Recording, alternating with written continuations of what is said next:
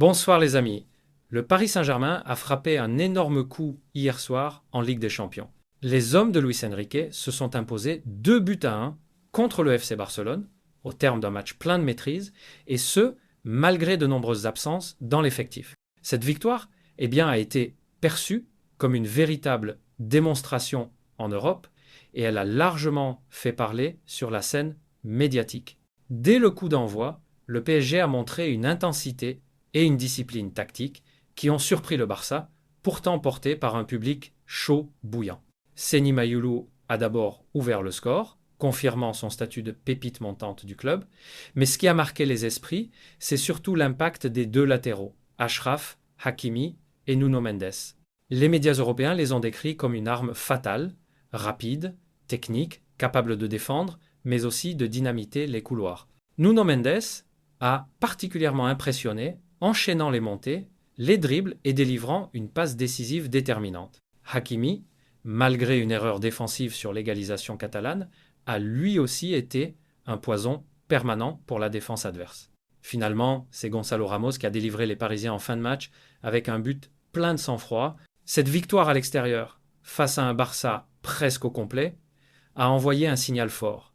Le PSG est plus que jamais candidat au titre et ses prestations ne laissent personne indifférent en Europe. Les journaux étrangers parlent d'une équipe qui a mûri, plus équilibrée et surtout redoutable dans les grands rendez-vous. Mais cette soirée a aussi été marquée par un épisode polémique autour de Lamine Yamal. La pépite du FC Barcelone, annoncée comme l'un des dangers principaux pour Paris, avait enflammé les réseaux sociaux avant la rencontre. Dans une story Instagram, Yamal avait écrit « Pression, je suis de retour et la mission est de retour ».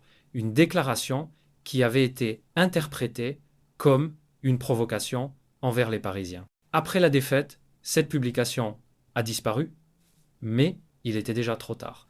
Les joueurs du PSG n'ont pas manqué de réagir. Gonzalo Ramos a répondu sèchement en conférence de presse. « On est les champions d'Europe. Si tu es le meilleur, tu dois le montrer sur le terrain, pas parler. » Un message clair visant à rappeler que les mots ne remplacent pas les actes. De son côté, Vitinha a été encore plus direct. Ça arrive parfois, il y a souvent des déclarations avant les matchs. Mais nous, on n'en a rien à foutre.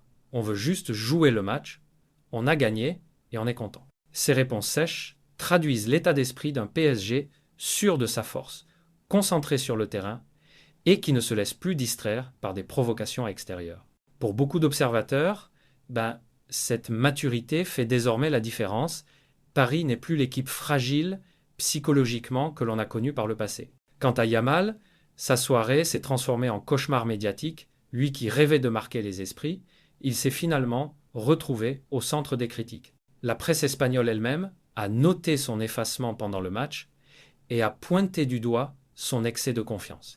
Dans les autres grands rendez-vous de la soirée européenne, l'affiche entre Monaco et Manchester City a tenu toutes ses promesses. Ce match s'est terminé sur un score spectaculaire de 2 buts partout, un résultat frustrant pour les Citizens qui menaient mais qui n'ont pas su garder leur avantage. Erling Haaland, fidèle à son habitude, avait frappé fort avec un doublé qui semblait mettre City sur la voie d'un succès logique. Mais Monaco, poussé par son public et animé par une énergie incroyable, a refusé de plier.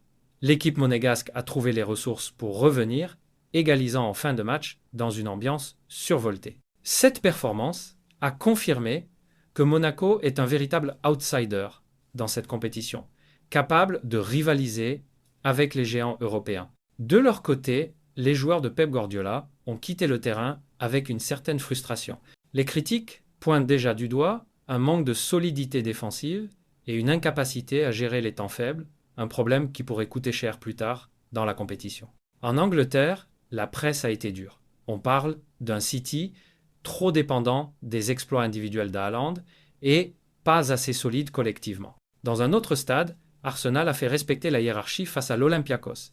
Les Gunners se sont imposés 2 buts à 0 grâce à un match sérieux et appliqué. Dès le début, Martinelli a ouvert le score, plaçant Arsenal dans les meilleures dispositions. Puis, dans les arrêts de jeu, Saka a scellé le sort de la rencontre avec un deuxième but qui a fait exploser l'Emirates Stadium. Ce succès est important pour Arsenal, qui confirme son excellent début de campagne européenne. Mikel Arteta a d'ailleurs insisté sur la maturité de son équipe, capable de gérer le tempo, de contrôler le match et de frapper au bon moment. Du côté de l'Olympiakos, malgré quelques tentatives intéressantes, la marche était trop haute. Arsenal a montré qu'il a désormais les armes pour jouer les premiers rôles sur la scène continentale, avec un collectif solide et des individualités capables de faire la différence à tout moment. La soirée a également été marquée par un festival offensif du Borussia Dortmund, vainqueur 4-1 face à l'Athletic Bilbao. Les Allemands ont impressionné par leur puissance collective et leur efficacité devant le but. Chaque offensive donnait l'impression de pouvoir se transformer en but. Au final, cette soirée européenne a offert son lot d'émotions et de rebondissements.